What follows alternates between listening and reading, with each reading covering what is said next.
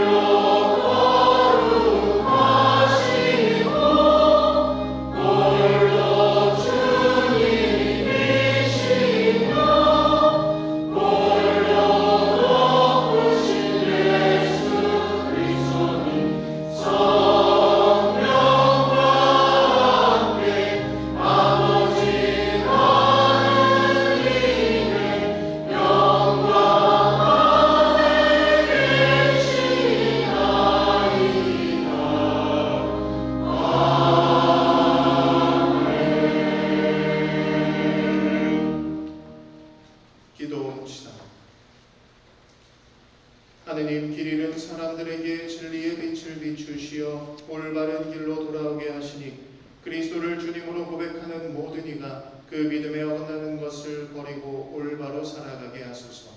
성부와 성령과 함께 천주로서 영원히 살아계시며 다스리시는 성자 우리 주 예수 그리스도를 통하여 비나이다. 아멘. 앉으십시오. 지금부터 말씀의 전례가 시작됩니다.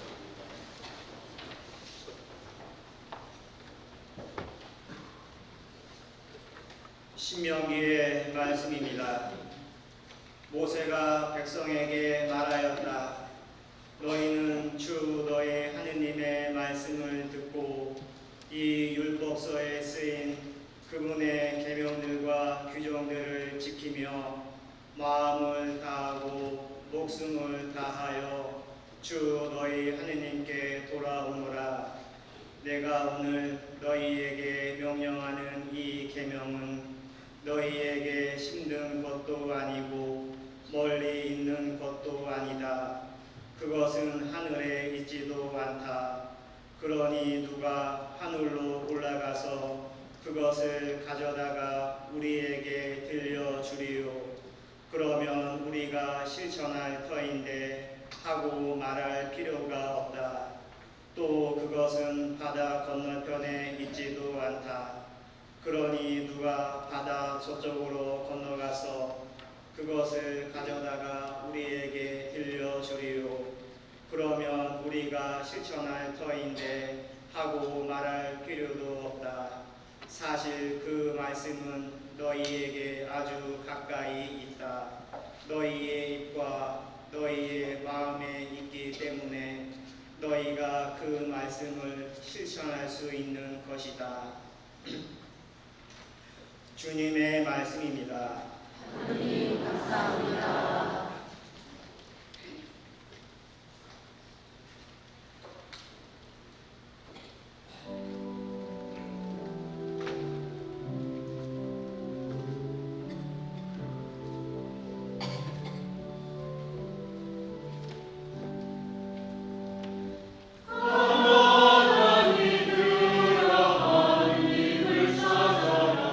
나의 마음에 생기를 거두어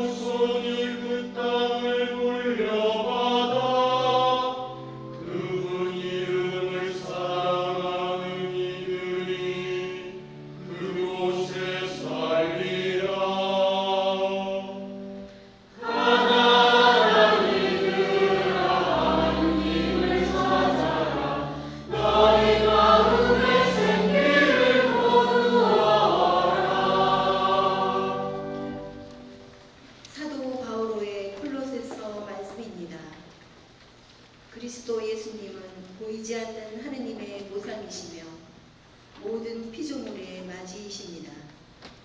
만물이 그분 안에서 창조되었기 때문입니다. 하늘에 있는 것이든 땅에 있는 것이든 보이는 것이든 보이지 않는 것이든 왕권이든 주권이든 권세든 권력이든 만물이 그분을 통하여 또 그분을 향하여 창조되었습니다. 그분께서는 만물에 앞서 계시고 만물은 그분 안에서 존속합니다. 그분은 또한 당신 몸인 교회의 머리이십니다. 그분은 시작이시며 죽은 이들 가운데에서 맞이이십니다. 그리하여 만물 가운데에서 으뜸이 되십니다. 과연 하느님께서는 기꺼이 그분 안에 온갖 충만함이 머무르게 하셨습니다. 그분 십자가의 피를 통하여 평화를 이룩하시어 땅에 있는 것이든 하늘에 있는 것이든 그분을 통하여 그분을 향하여 만물을 기꺼이 화해시키셨습니다. 주님의 말씀입니다. 하느님 감사합니다. 모두 일어서십시오.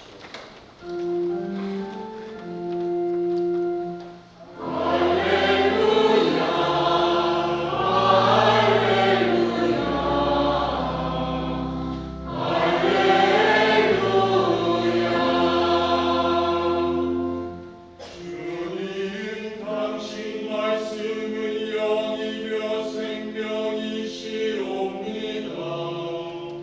당신께는 영원한 생명의 말씀이 있나이다.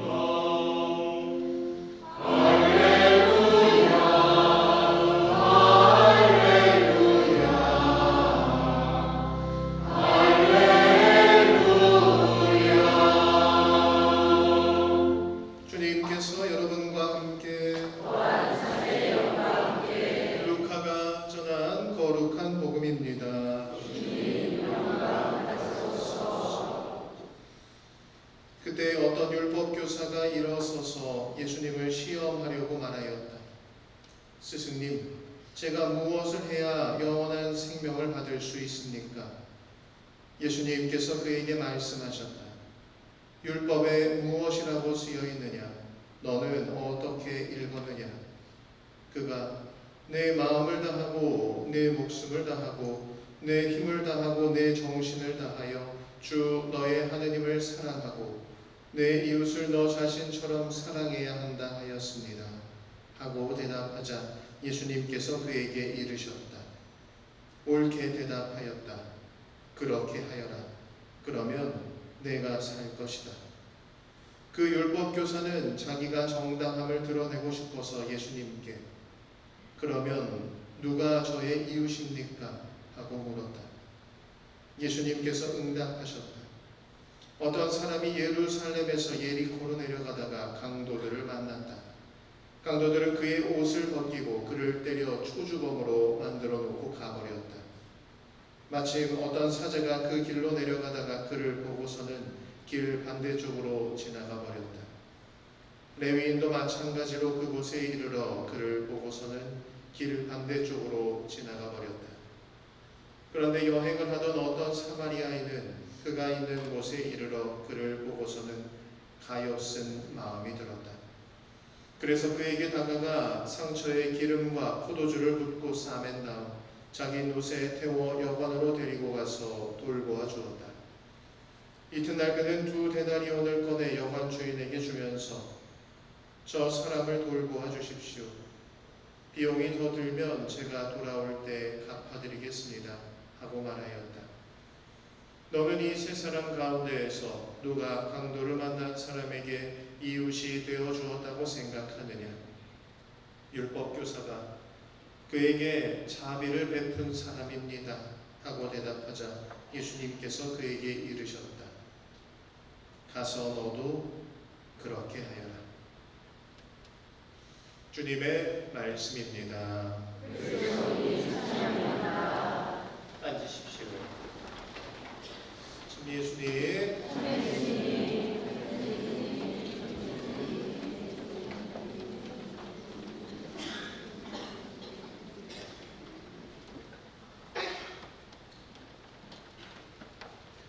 오늘 복음은 돌아온 아들의 비유, 탕자의 비유만큼이나 우리에게 유명한 이야기 하나를 들려줍니다. 바로 착한 사마리아인의 비유이죠. 얼마나 유명한지 이 비유의 이름을 딴 쇠속 법률이 있을 정도입니다. 착한 사마리아인 법은 위험에 처한 사람을 구조하는 과정에서 자신이 위험에 처하지 않을 상황이라면 그 사람을 반드시 적극적으로 구해야 한다는, 그렇지 않으면 처벌받게 된다는 일종의 구조 거부죄를 규정한 법률입니다. 우리나라에서는 구조하지 않는 자를 처벌하는 법률에서 보다 완화되어서 응급처치를 하던 중에 생긴 상해와 또 재산상의 손해에 대해서 그 도움을 준 사람을 면책해주는 법률을 적용하고 있습니다.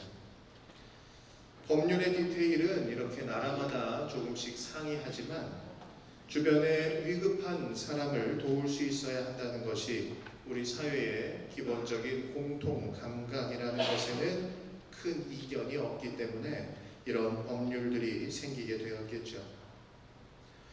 다시 복음으로 돌아가 봅니다.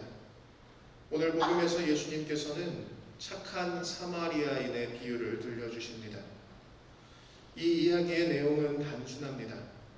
유다인 하나가 강도를 만나 죽기 직전에 위급 상황에 놓여 있었는데 사제도 레위인도 그냥 지나쳐간 그 사람을 사마리아인 한 사람만이 구해주고 심지어 거금을 들여 그를 치료받게 하였다는 이야기이죠. 우리로 비유하자면 우리 중 누군가가 내가 바티칸으로 성지순례를 갔는데 성지순례를 가서 안타깝게도 소매치기를 당하고 강도를 당한 상황에서 거기서 만난 한국인 신부님도 나를 외면하고 바티칸의 직원도 나를 외면하는 상황에서 일면식도 없고 또 마음의 거리가 있는 북한 사람이 하나 와서 나를 도와준 것과 마찬가지입니다.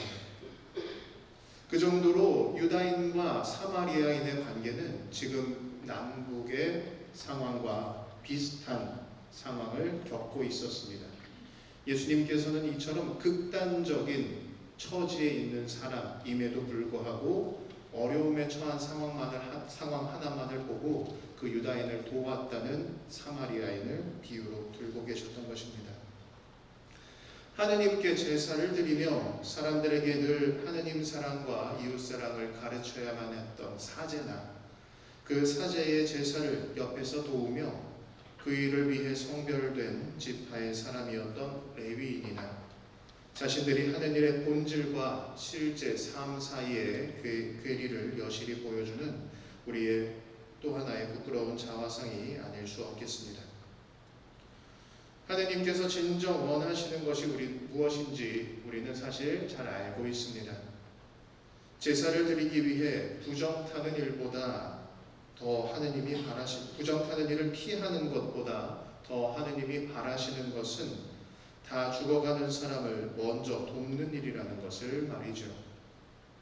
하느님을 사랑한다고 이 자리에서 아무리 고백하고 기도하고 매달려도 그 하느님은 우리를 이웃을 사랑하라고 되돌려 보내시는 분이라는 것을 말입니다. 하지만 우리는 그것을 잘 알고 있지만 주저하게 되는 것이 사실입니다. 이에 대해 프랑스의 철학자이자 탈무드 주석가인 엠마누엘 레비나스는 다음과 같은 이유를 들어 해석한 바 있습니다. 인간에게 있어 하느님은 사랑스러운 존재이지만 타자는 그렇지가 않습니다. 하느님은 나에게 뭐라도 하나 베풀어 주실 수 있는 존재이고 또 그렇게 주시는 존재이기에 인간은 자연스레 그분께 다가갑니다. 하지만 타자, 특별히 약자, 그리고 나의 도움이 절실한 사람은 사실 나에게 이득이 되는 것이 하나도 없다는 생각이 들기에 사랑스럽거나 욕망스럽지가 않은 것입니다. 그래서 인간은 제단에는 나아가려 하지만 타자에게 나아가는 것은 꺼리는 존재들입니다. 하지만 성자 하느님은 그렇게 제단으로 다가오려는 인간을 다시 타자에게 돌려보내시기 위해 이어서 사마리아인과 이 유다인의 만남에 대한 이야기를 들려주시는 것이죠. 이 대목에서 특기할 만한 단어가 하나 나옵니다. 그것은 바로 이 사마리아인이 강도당한 사람을 향해서 가엾은 마음을 지녔다는 것입니다. 여기서 가엾은 마음의 그리스어 어원은 스플랑크 니조마이라는 말입니다. 이 말은 내장이 녹아내리고 창자가 뒤틀릴 정도의 아픈 마음을 뜻합니다. 우리의 표현으로는 단장의 고통 정도가 되겠죠.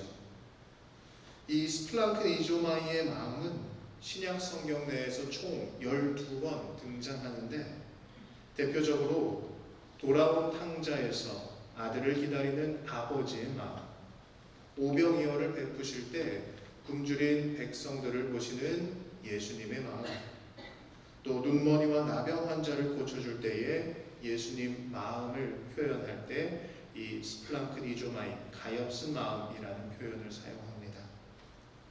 즉, 이 비유를 통해 예수님께서 우리에게 말씀하시고자 하는 것은 하느님께만 고정했던 우리의 시선을 타자에게 반드시 돌릴 수 있어야 한다는 것이고, 또 그 타자에 대해 지녀야 할 제1순위의 것이 우리를 바라보시는 예수님의 마음, 즉 스플랑크 니조마이의 마음인 측은지심입니다.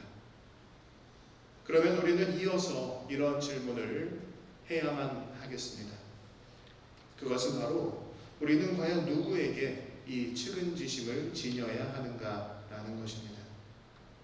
그래서 예수님께서는 율법교사와의 대담 속에서 이에 대한 해답도 우리에게 제공해 주고 계십니다. 오늘 복음에서 착한 사마리아인의 비유 말씀을 들려주시기 전에 예수님은 먼저 율법학자를 만나십니다. 그 율법교사라 함은 이미 법에 대해서 정통한 그 당시 지식인층에 속한 사람이었겠죠. 그 사람은 예수님께 선뜻 다가와서 이렇게 묻습니다. 스승님, 제가 무엇을 해야 영원한 생명을 받을 수 있습니까? 스승님이라고 표현하긴 했지만 그는 사실 예수님에게서 무엇인가를 더 배울 생각은 잘 없어 보입니다. 예수님께서 그의 생각을 간파하시고 율법에는 어떻게 써 있느냐 하고 반문하십니다. 그러자 그가 잽싸게 대답하죠. 내 마음을 다하고 내 목숨을 다하고 내 힘을 다하고 내 정신을 다하여 주 너의 하느님을 사랑하고 너의 이웃을 너 자신처럼 사랑해야 한다. 이처럼 그는 이미 정답을 알고 있으면서 예수님을 떠보기 위해 이런 질문을 던졌던 것입니다. 그의 마음과 또 그의 지식을 이미 간파하신 예수님께서는 잘 대답했으니 이제 그 대답한 대로 살라고 말씀하십니다. 그러자 우쭐해진 율법교사가 예수님께 한 번 더 재차 질문을 던집니다. 그런데 이번에는 자기의 정당함을 드러내고 싶어서 질문을 던졌다고 복음은 정확하게 이야기합니다. 그러면 누가 저의 이웃입니까? 그는 앞선 질문과 마찬가지로 이 질문에 대해서도 나름의 대답을 가지고 있던 사람이었습니다. 그렇기에 예수님께서 대답해 주시기만 한다면 예수님의 대답이라는 근거를 달아 자신의 주관적인 정답을 정당화시키려 했던 것이죠. 그런 그의 마음을 눈치채신 예수님께서는 대답 전에 먼저 이 사마리아인의 비유를 들려주신 후에 역으로 다음과 같이 물어보십니다. 너는 이 세 사람 가운데에서 누가 강도를 만난 사람에게 이웃이 되어 주었다고 생각하느냐? 앞선 이 두 가지 질문, 즉 그러면 누가 저의 이웃입니까? 와 누가 강도를 만난 사람에게 이웃이 되어 주었다고 생각하느냐? 이 두 질문은 비슷해 보이지만 확연한 차이를 가지고 있는 질문입니다. 우선 그러면 누가 저의 이웃입니까? 라는 율법교사의 질문에는 이웃에 대한 개념을 스스로 범주화하면서 제한하려는 의도가 들어 있습니다. 실제로 그가 그렇게 자신하는 율법 안에서 규정하고 있는 이웃이란 자신의 가족, 친척, 친지, 자신의 친구, 그리고 같은 신앙과 혈통을 가진 유대인들, 또한 거기에 마음으로 인정하고 싶진 않지만 유대교로 개종한 이방인들까지를 이웃으로 규정하고 있었습니다. 그렇기에 율법을 어긴 사람들, 즉 세리나 창녀들, 혹은 유다교를 믿지 않는 사마리아인들이나 다른 이방인들은 그들에게 결코 이웃이 될 수 없었던 것입니다. 만약 예수님께서 율법에 어떻게 적혀 있느냐라고 물어보시고 그가 율법에 적혀 있는 대로 대답했다면 그의 말은 정당성을 얻고 그는 율법이 설정한 사람들만을 이웃으로 삼아 그 범주 밖의 사람들에게 무관심하고 혹은 더 나아가 그들을 혐오하는 것을 정당화시키며 살았을 수 있겠죠. 하지만 예수님의 질문인 누가 강도 만난 사람에게 이웃이 되어 주었다고 생각하느냐에는 이웃을 제한하려는 의미는 전혀 없을 뿐더러 더 심오한 의미를 담고 있습니다. 예수님께서 이 비유를 통해 가르치시고자 한 것은 누가 내 기준 안에 들어오는 사람이냐를 재단하는 것은 하느님의 뜻이 결코 아니며 오히려 내가 먼저 타자들에게 바로 그 이웃이 되어주는 것이 진정한 하느님 뜻의 실천이라는 것입니다. 다시 말해 내가 이웃이 되어 사랑을 실천하는 것이 관건이지 사랑을 실천할 그 대상을 머리로 계산하고 따지기만 해서는 안 된다는 것입니다. 그리고 하느님 기준에 따르면 이웃이란 우리가 정하는 것이 결코 아니고 지금 여기서 지금 당장 도움이 필요한 하느님께서 보내주신 모든 사람이 바로 이웃인 것입니다. 이처럼 예수님께서는 누가 저의 이웃입니까? 라는 율법교사의 물음에 누가 그에게 이웃이 되어주었느냐? 라는 물음으로 답하심으로써 그의 닫혀진 관점을 열어주셨습니다. 즉 내가 정해놓은 기준 안에 들어오는 사람만을 이웃으로 상정하고 나는 그들을 사랑하겠다가 라고 생각했던 율법교사의 생각을 나는 나의 도움을 필요로 하는 그래서 하느님이 내 주변으로 보내주신 모든 사람을 이웃으로서 사랑하겠다라는 생각으로 바꿀 수 있도록 깨달음을 주신 것이죠. 물론 그가 이미 이웃으로 상정했던 개념은 이 예수님의 한마디로 쉽게 깨어지진 않았을 겁니다. 사제, 레위인, 사마리아인 이렇게 셋 중에 하나를 고르는 질문에 대해 율법교사는 쉽게 사마리아인입니다 라고 대답할 수 있었음에도 불구하고 돌리고 돌려서 그에게 자비를 베푼 사람입니다 라고 대답합니다. 아직 사마리아인이라는 단어조차도 입에 올리기조차 마땅치 않은 그러한 마음 상태였다는 것이겠죠. 우리에게 역시 이웃에 대한 외연을 확장하는 것은 쉬운 일이 아닐 겁니다. 그래서 우리는 이렇게 늘 하느님 앞에 나아와 그렇게 할 수 있는 용기와 힘을 청하고 또한 아무 보잘것없는 우리들에게 먼저 손 내밀어 이웃이 되어주시려 세상에 오신 예수 그리스도의 그 마음, 그 측은지심을 닮아 이웃을 사랑할 의지를 다잡으려고 나름대로 노력하는 것이겠죠. 이번 한 주 또다시 일상 속에서 주변의 수많은 타자들과 함께 살아갈 우리 교우들께 묻고 싶습니다. 여러분은 누구의 이웃입니까? 우리에게 먼저 이웃이 되어주신 예수님의 마음을 닮아 나의 도움을 필요로 하는 모든 이에게 이웃이 되어줄 준비가 되어 있으신지요? 잠시 묵상하겠습니다.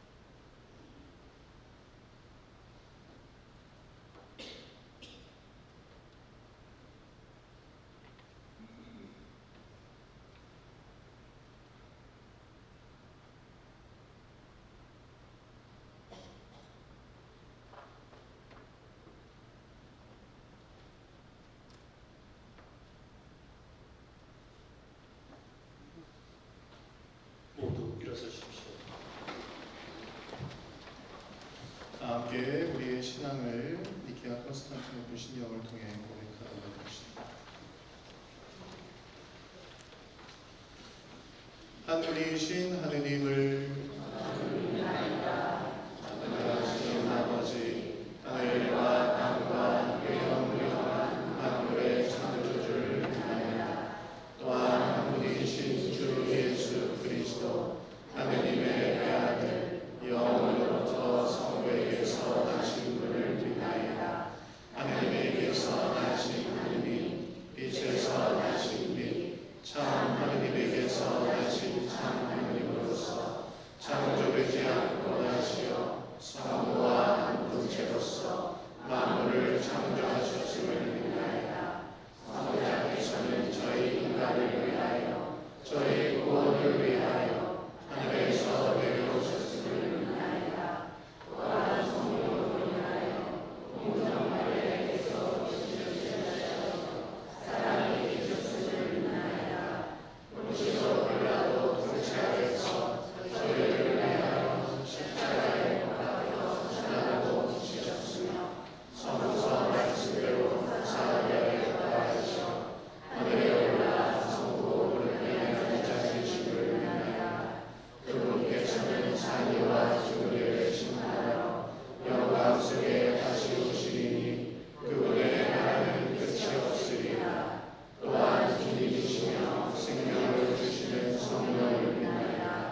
성령께서는 성부와 성자에게서 하시고 성부와 성자와 더불어 영광과 부심을 받으시며 예언자들을 통하여 말씀하셨나이다. 하나이고 거룩하고 보편이며 사도로부터 이루어온 교회를 믿나이다. 죄 씻는 위대한 세례를 믿으며 죽은 이들의 부활과 대세의 삶을 믿나이다.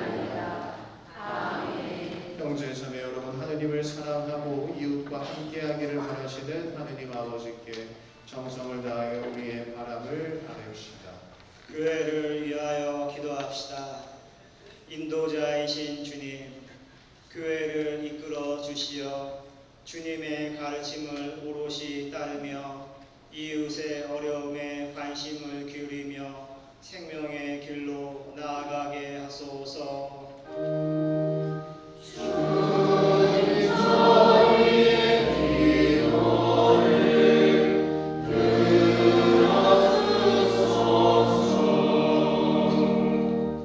우리나라를 위하여 기도합시다.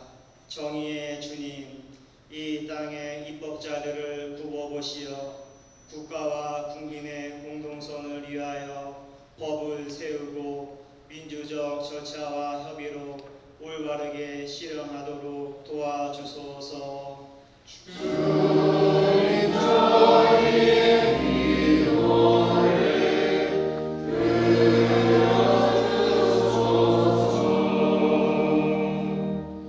질병으로 고통받는 이들을 위하여 기도합시다. 위로자이신 주님, 질병으로 고통받는 이들을 보호하시어 그들이 겪는 아픔을 줄여주시고 치유의 은총을 베풀어 주소서.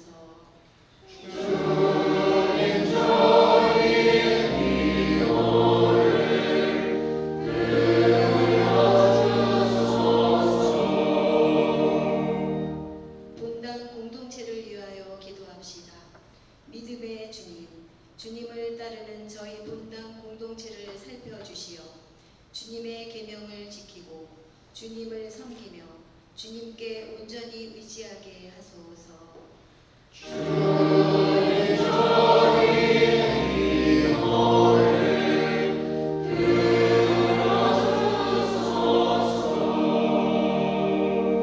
사랑으로 보살피시는 주님, 언제 어디서나 주님을 따르고자 애쓰는 당신 자녀들의 바람을 기꺼이 들어주소서.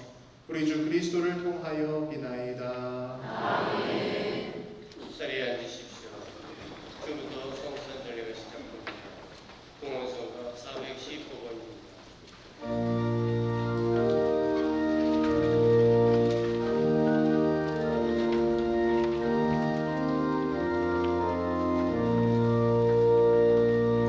사랑이 없으면 나는 아무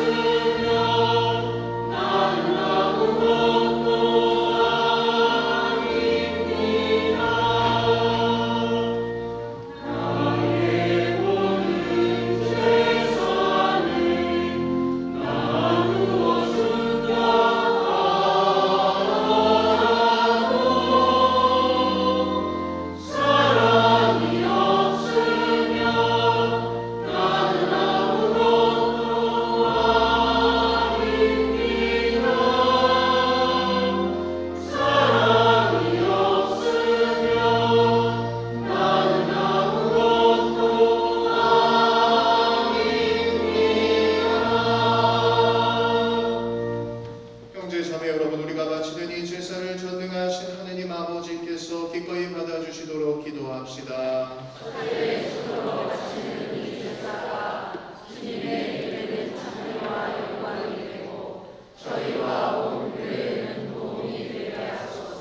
주님, 교회가 바치는 예물을 굽어보시고 받아들이시어 주님을 믿는 이들에게 성덕을 더해 주소서. 우리 주 그리스도를 통하여 비나이다. 아멘. 주님께서 여러분과 함께 마음을 드높이 우리 주 하느님께 감사합시다. 거룩하신 아버지, 전능하시고 영원하신 주 하느님, 언제나 어디서나 아버지께 감사함이 참으로 마땅하고 옳은 일이며 저희 도리요 구원의 길이옵니다.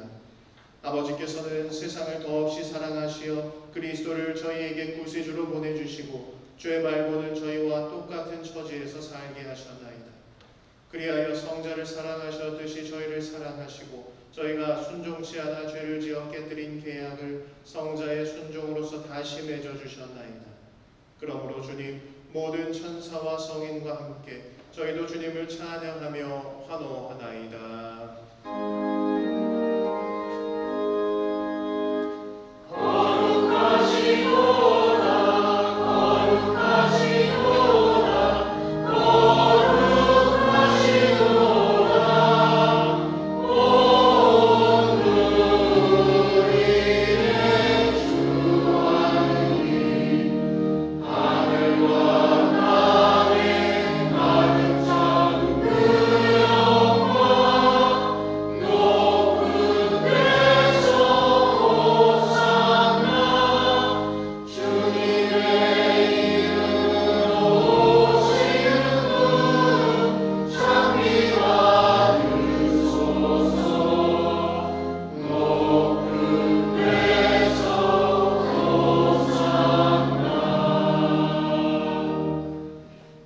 거룩하신 아버지, 아버지께서는 모든 거룩함의 셈이시옵니다.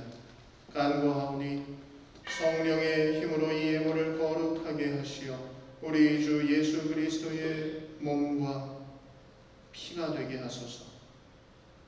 스스로 원하신 순환이 다가오자 예수님께서는 빵을 들고 감사를 드리신 다음 쪼개어 제자들에게 주시며 말씀하셨나이다. 너희는 모두 이것을 받아 먹어라. 이는 너희를 위하여 내어줄 내 몸이다.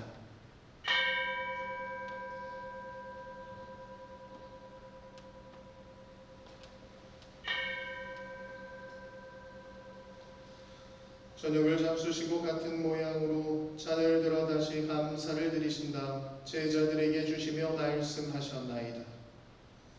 너희는 모두 이것을 받아 마셔라. 이는 새롭고 영원한 계약을 맺는 내 피의 잔이니 죄를 사하여 주려고 너희와 많은 이를 위하여 흘릴 피다. 너희는 나를 기억하여 이를 행하여라.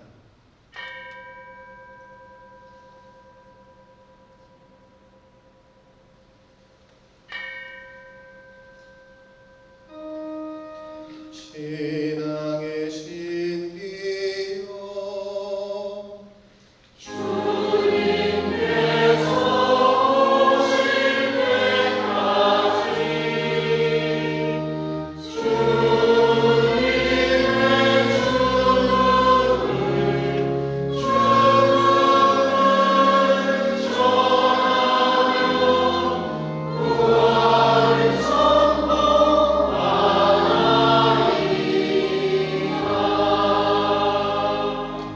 아버지, 저희는 그리스도의 죽음과 부활을 기념하며 생명의 빵과 구원의 잔을 봉헌하나이다. 또한 저희가 아버지 앞에 나와 봉사하게 하시니 감사하나이다. 간절히 청하오니 저희가 그리스도의 몸과 피를 받아 모시어 성령으로 모두 한 몸을 이루게 하소서. 주님, 온 세상에 널리 퍼져 있는 교회를 생각하시어 교황 레오와 저희 주교 베네딕토와 모든 성직자와 더불어 사랑의 교회를 이루게 하소서. 부활의 희망 속에 고이 잠든 교우들과 세상을 떠난 다른 이들도 모두 생각하시어 그들이 주님의 빛나는 얼굴을 배웁게 하소서. 저희에게도 자비를 베푸시어 영원으로부터 주님의 사랑을 받는 하느님의 어머니 복되신 동정 마리아와 그 배필이신 성 요셉과 복된 사도들과 모든 성인과 함께 영원한 삶을 누리며 성자 예수 그리스도를 통하여 아버지를 찬양하게 하소서. 그리스도를 통하여 그리스도와 함께 그리스도 안에서 성령으로 하나 되어 전능하신 천주 성부 모든 영예와 영광을 영원히 받으소서.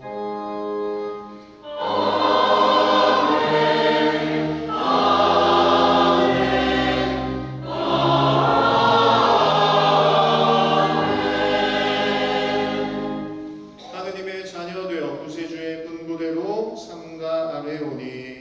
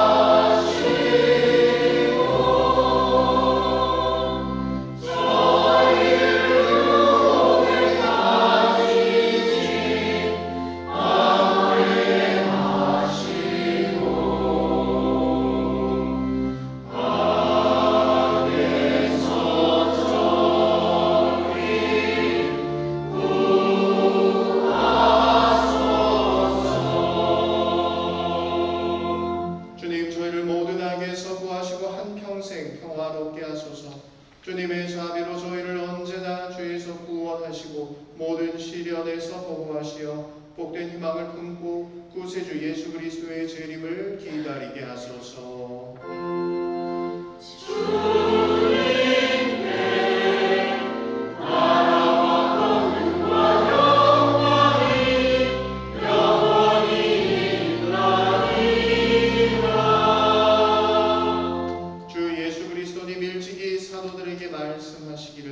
너희에게 평화를 두고 가며 내 평화를 주노라 하셨으니 저희 죄를 헤아리지 마시고 교회의 믿음을 보시어 주님의 뜻대로 교회를 평화롭게 하시고 하나 되게 하소서. 주님께서는 영원히 살아계시며 다스리시나이다.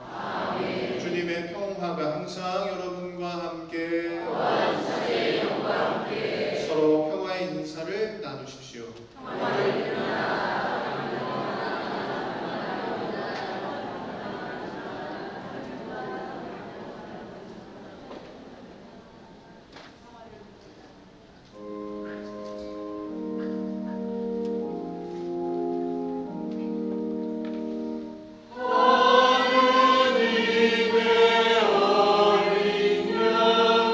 세상의 죄를 없애시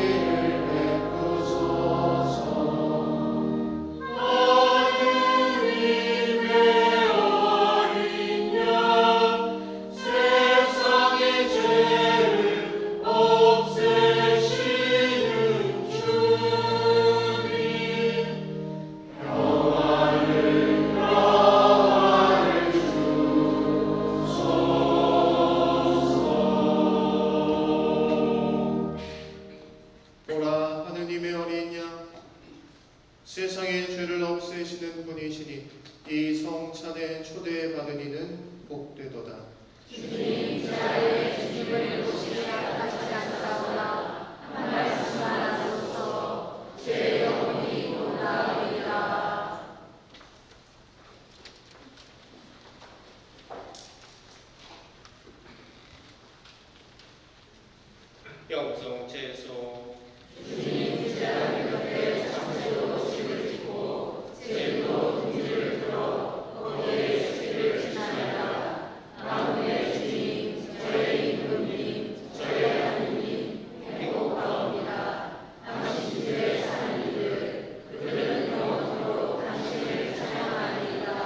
앉으십시오. 영성 제소가 174번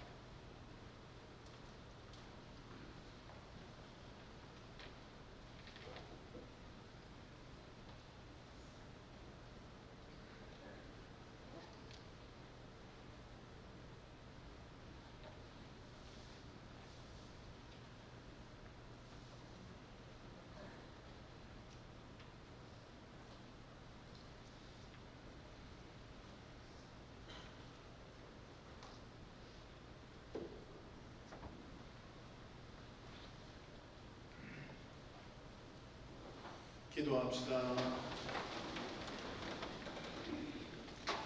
주님, 거룩한 선물을 받고 비오니 저희가 이 성찬의 신비에 자주 참여하여 나날이 구원의 은혜를 누리게 하소서. 우리 주 그리스도를 통하여 비나이다. 아멘. 잠시 자리에 앉아주세요.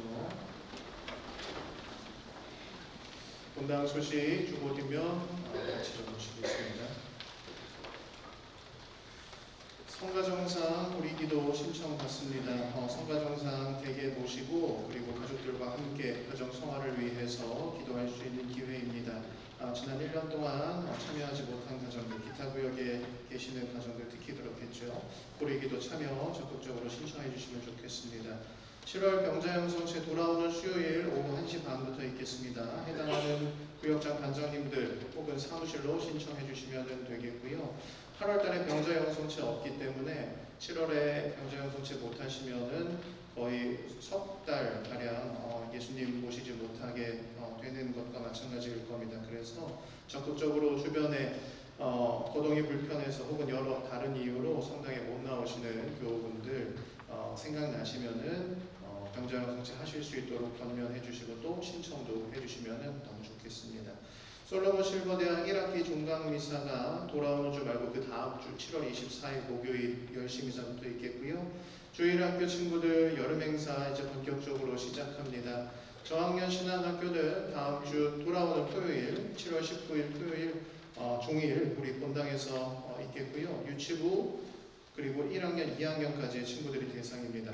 초등고학년과 청소년 여름 캠프는 그 다음 주네요. 7월 26일부터 27일 1박 2일간 홍천 모듈 자리에서 캠프합니다. 대상은 초등학교 3학년부터 고등학교 3학년까지 친구들이고요.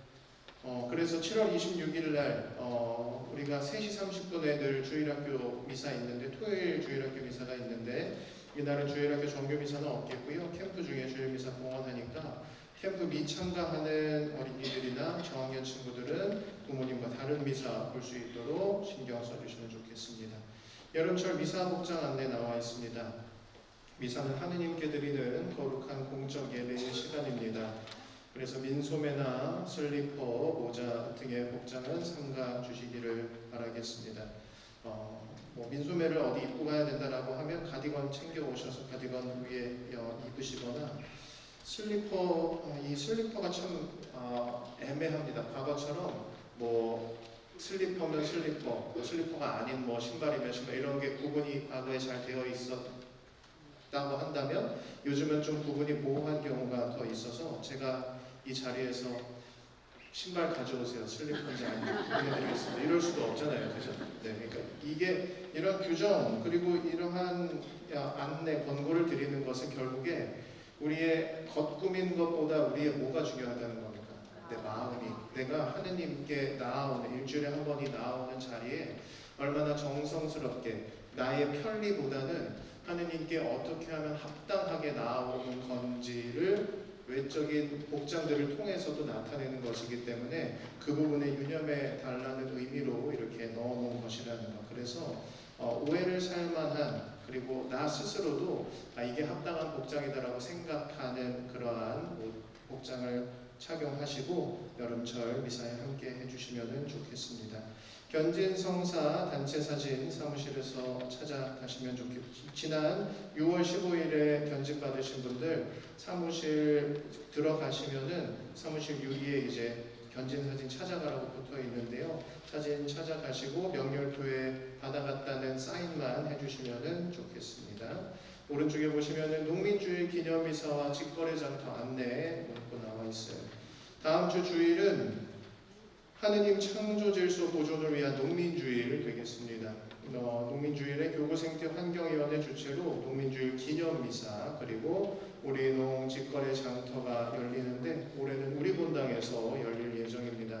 많은 관심 바라겠고요. 그래서 7월 20일 주일날 아마 오전 일찍부터 아마 8시를 전후한 시간부터 장터가 서서 오후 2시까지 판매할 겁니다. 그래서 여러분들 이 미사 전후로 시간 조금 넉넉하게 이용하실 수 있을 정도로 넉넉하게 저기 하니까요. 필요한 물건들 많이 사가시면 좋겠어요. 지금 밑에 판매 물품에서 여러 가지들 나와 있는데 훨씬 더 많이 있습니다. 그런데 주보에 칸이 모자라서 이제 몇 가지만 여러분들이 특별히 더 필요할 만한 건 몇 개만 적어놨는데 훨씬 더 많은 품목들 다음 주 주일날 본당 마당에서 판매할 예정이라는 거. 그래서 여러분들 이제 식자재 구매하실 계획이었다면 이제 마트를 가야 되는 상황이었다 이렇게 생각하신다면은 주중에 마트 들르시기보다는 주말에 우리 성당에 올라오셔서 필요한 물건들 사가시면은 여러모로 우리가 농민주의를 잘 또 보내는 것이겠다 이런 말씀 좀 드리고 싶고, 또 이날 11시 교중미사는 교구장 주교님이신 손희송 베네딕토 주교님 오셔서 미사 집전해 주실 예정입니다. 여러분들 많은 관심 바라겠고요. 장바구니 또 현금 지참하시면 되겠고, 현장에서 계좌이체도 가능하다고 하니까 편하게 올라오시면 되겠습니다. 다음 주 주일은 농민주일 특별학원도 같이 있겠습니다. 5구역 방편성이 변경되어서 여러분들께 안내드립니다. 기존의 3반 체제에서 5단지 아파트들 조금 더 세분화해서 구역을 좀 늘렸습니다. 그래서 총 4반까지 되어 있고요. 5구역 식구들께서는 잘 확인하시고 본인이 어떤 반에 이제 속하게 되는지 잘 기억하셨다가 관장님들께 도움 청하시면 좋겠습니다.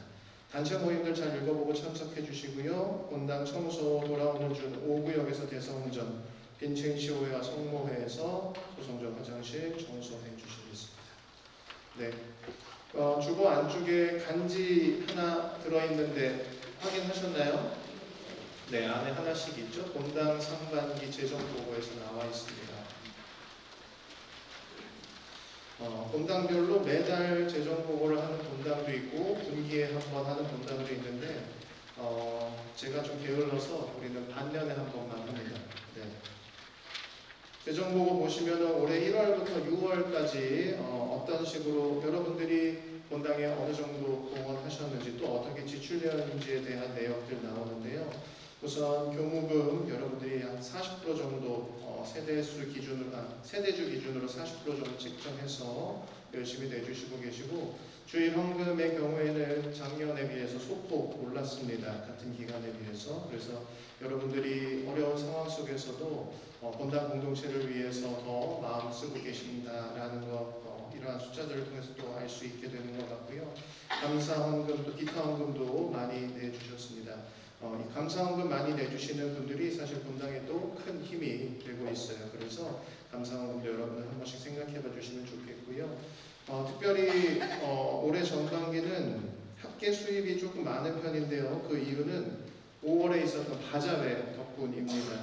바자회 결과가 이 수입 지출표 바로 밑에 나와 있는데, 바자회 본당 행사 수입금과 행사 기부금, 여러분들이 행사 쓰는데 보태주십시오, 행사하는데 써주십시오 하고 보태주신 돈들, 행사 기부금까지 합쳐서 약 한 2,500만 원 정도의 수입이 있었고, 그 중에서 음식 준비하고 이것저것 하는데 사용했던 680만 원 정도 빼면 한 1,800만 원 정도의 실수익이 있었습니다. 그리고 사실 이 수치에 다 들어있지 않은 여러분들의, 우리 교우들의 많은 노고가 있어서 바자회 잘 마무리할 수 있었고, 밑에 나와 있는 이 부채 현황, 올해 차입금 상환 목표 교구 납부금 통일기금 잘 나눠서 또 낼 수 있었습니다.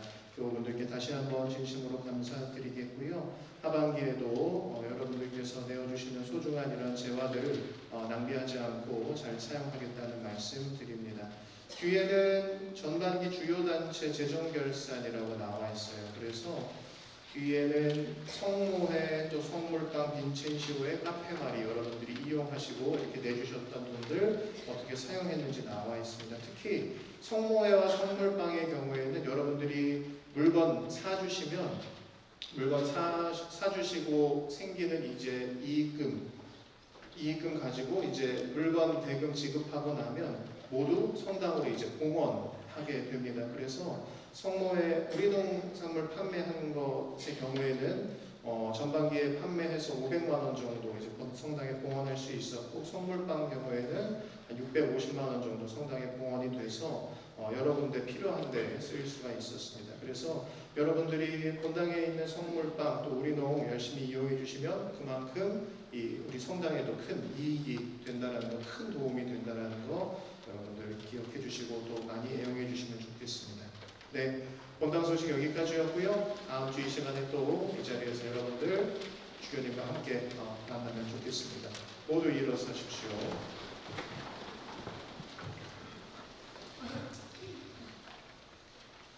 주님께서 여러분과 함께